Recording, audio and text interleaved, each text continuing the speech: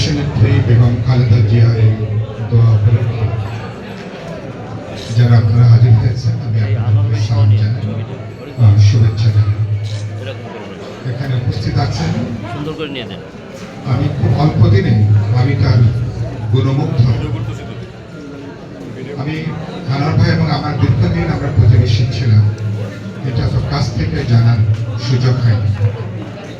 তো এরকম একটা আমার কাছে মহাপ্রাণ মানুষ, যিনি আমরা এক পাড়াতে ছিলাম রাজাবাজারে, ওই অঞ্চলে, আনোয়ারুজ্জামান আনোয়ার ভাই, বিএনপির সংগ্রামী নেতা সেলিম ভাই, আজকে সভাপতি শর্মিলা আপা, যিনি উপস্থিত আছেন, আমি আপনাদের সবাইকে শ্রদ্ধা জানাই। আমি অন্তঃস্থল থেকে আপনাদেরকে আমি শুভেচ্ছা জানাই। আমি প্রথমত বেগম খালেদা জিয়ার প্রতি গভীর শ্রদ্ধা জানাই।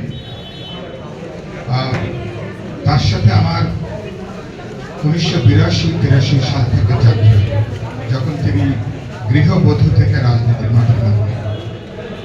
তারপরে গত 40 বছরে অনেকবার দেখা হয়েছে, কথা হচ্ছে রাজপথে আমরা অনেক সময় একসাথে হেঁটেছি। মানুষ ক্ষমতার বাইরে থাকা অবস্থায় 18-19 বছর যিনি ক্ষমতার বাইরে, এরকম একটা মানুষকে মানুষ এত শ্রদ্ধা ভালোবাসা দিতে পারে, এটা বেগম খালেদা জিয়ার জানা যায়, এটা আমরা দেখেছি। সারা দুনিয়াতে এর কোনো দ্বিতীয় উদাহরণ নেই। তাহলে এই মানুষের উত্তরাধিকার কিভাবে বহন করব? খালেদা জিয়া কিভাবে বেঁচে থাকবে?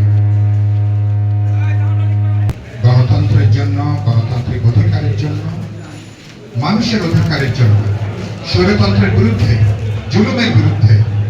তাহলে এই আদর্শকে যদি আমরা ধারণ করতে পারি, তাহলে তিনি কিন্তু আমাদের মাঝে তিনি বেঁচে থাকবেন।